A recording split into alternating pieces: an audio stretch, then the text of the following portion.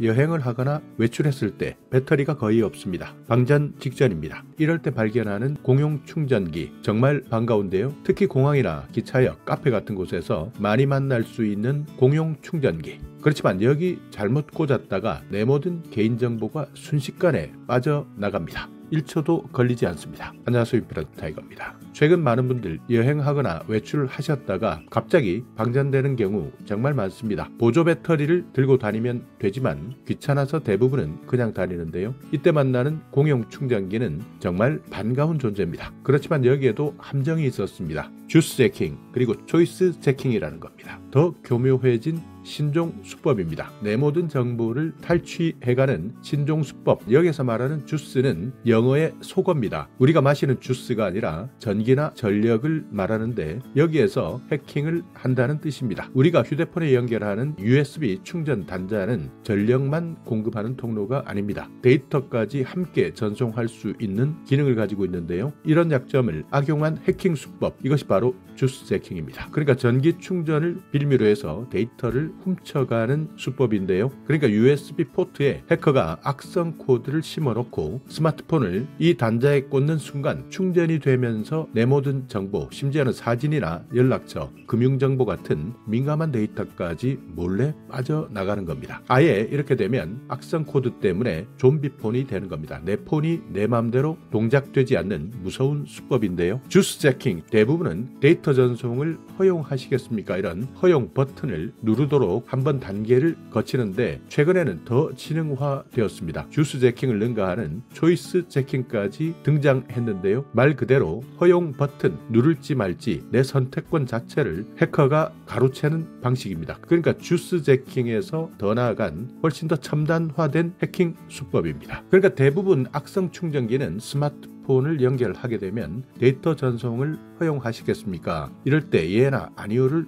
누르게 되는데 이런 창이 뜨기도 전에 사용자가 누르지도 않았는데 자동으로 조작해버린다는 겁니다. 특히 여행을 다닐 때는 여권 사본이나 항공권 같은 중요한 정보들이 대부분은 스마트폰에 담겨 있는데요. 이렇게 충전기에 꽂자마자 바로 모든 정보가 유출될 수 있다고 합니다. 1초도 아닙니다. 단 0.133초, 133m초 만에 내 모든 개인정보가 유출되는 겁니다. 자, 그럼 막을 수 있는 방법이 있느냐? 의외로 간단합니다. 아예 공용 충전기를 쓰지 않는 겁니다. 그렇기 때문에 가급적 개인 충전기나 보조 배터리를 항상 휴대하는 것이 가장 안전한 방법이다. 그렇지만 어쩔 수 없는 경우가 많습니다. 이용해야 한다면 이때는 요즘 스마트폰 같은 경우에는 데이터 전송을 차단하는 기능이 있습니다. 그러니까 데이터 전송은 차단하고 전기만 받을 수 있는, 그러니까 충전만 가능한 기능, 이 기능을 활성화시키는 것이 좋습니다. 스마트폰 설정에서 충전 전용 모드를 활성화시켜주면 충전만 되고 데이터 전송은 차단할 수 있습니다. 그리고 가급적 모든 운영체제나 앱은 항상 최신 버전으로 업데이트하는 습관, 이것도 매우 중요합니다. 해커들은 상대적으로 보안이 허술한 기기나 옛날 버전들을 노리기 때문에 가급적 스마트폰 운영체제 그리고 앱은 항상 최신 버전으로 업데이트하는 습관 매우 중요합니다.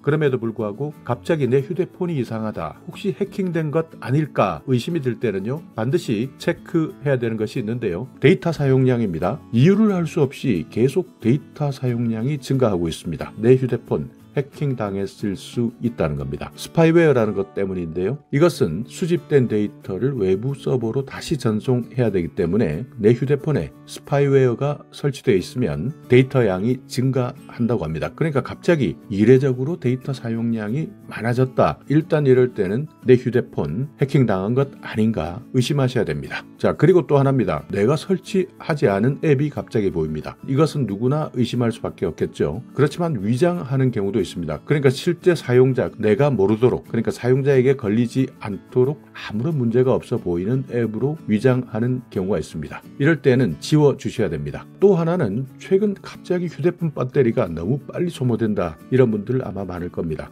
해킹 당하게 되면 백그라운드에서 계속 실행됩니다. 화면에서는 보이지는 않지만 계속 해킹 프로그램이 실행되기 때문에 이런 경우에는 평소보다 훨씬 빠르게 소모됩니다. 그렇기 때문에 갑자기 배터리가 빠르게 소모된다 이렇게 느낀다면 내 휴대폰이 해킹 당한 것 아니냐. 물론 배터리 자체가 문제가 생길 수도 있습니다. 또 오래 쓰게 되면 이런 경우가 발생할 수도 있습니다. 그렇지만 이 두 가지 경우가 아닌 상태에서 자꾸 이런 일이 발생한다면 의심해 보셔야 됩니다. 이럴 때는 내가 사용하고 있는 앱의 배터리 소모량 내역을 볼 수 있는데요. 여기서 어떤 앱이 배터리를 가장 많이 잡아먹고 있는지 찾을 수 있는 겁니다. 그리고 또 하나, 휴대폰이 갑자기 뜨겁게 온도가 올라가는 경우가 있습니다. 과열되는 경우인데요. 이것도 마찬가지입니다. 눈에는 보이지 않지만 백그라운드에서 앱이 실행되고 있기 때문에 배터리를 빠르게 소모시키는 겁니다. 그래서 온도가 평상시보다 많이 올라간다 이렇게 느낀다면 해킹당한 것 아닐까 이런 의심부터 하셔야 되는데요.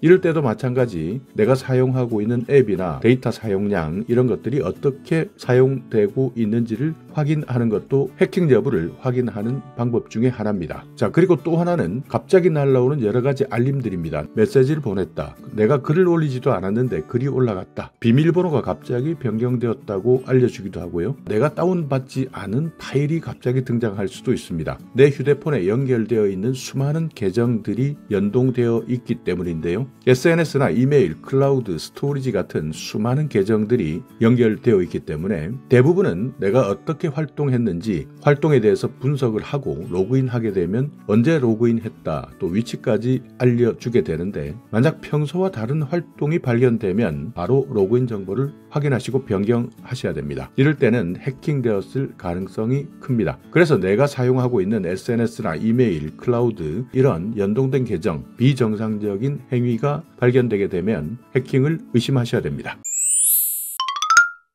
그리고 갑자기 휴대폰 대기 모드인데요. 화면이 자동으로 켜지거나 꺼지기도 합니다. 앱도 스스로 열리기도 하고 닫히기도 하고 소리가 나기도 합니다. 이런 이상 작동이 생긴다면 누군가 휴대폰을 해킹하고 내 휴대폰을 제어하고 있다는 겁니다. 원격으로 제어하고 있다는 뜻인데요. 이 중에서도 훨씬 더 심각한 것은 내 카메라까지 누군가가 원격으로 제어한다는 겁니다. 심각한 개인정보 침해 행위에 해당될 수 있고 사생활까지 모두 침해당할 수 있는 겁니다. 이럴 때는 대부분 카메라나 마이크를 사용할 때 화면에서 약간 조명이 달라진다고 하는데요. 카메라를 사용하지도 않을 때 이렇게 조명 밝기가 조금씩 달라진다면 해킹당했구나. 반드시 한 번 더 확인해 보셔야 하는 겁니다. 그러니까 내가 휴대폰을 사용하지 않고 있는 상황, 대기 중 모드입니다. 분명히 대기 중 모드인데도 화면이 켜지고 앱이 켜지고 기기에서 소리가 발생한다든지 화면 자체의 조명 색깔이 약간씩 변한다 하면 해킹을 의심하셔야 됩니다. 이런 사람들도 있습니다. 휴대폰이 도대체 꺼지지가 않습니다. 핸드폰을 분명히 종료했는데 꺼지지 않습니다. 해킹 당했을 때는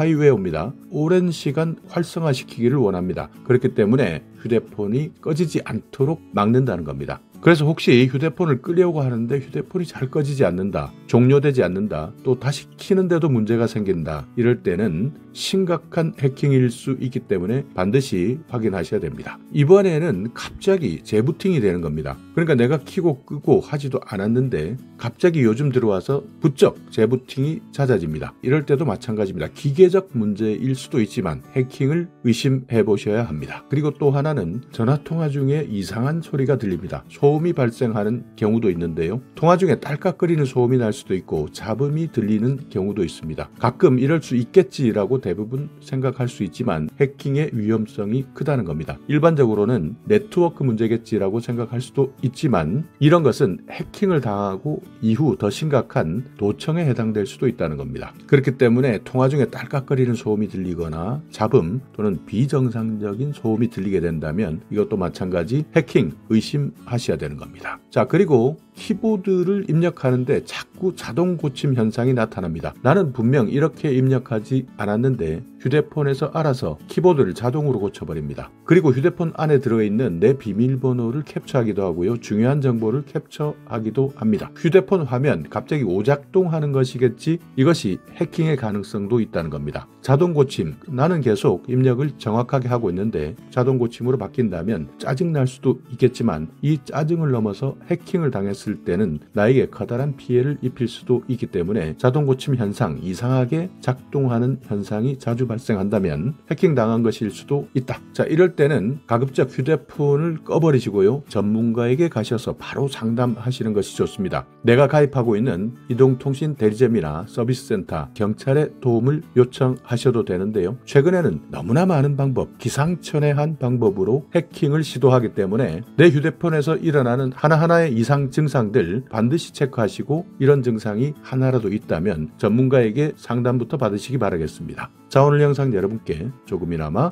유익한 정보가 있었다면요. 오늘도 구독 그리고 좋아요 부탁드리겠습니다.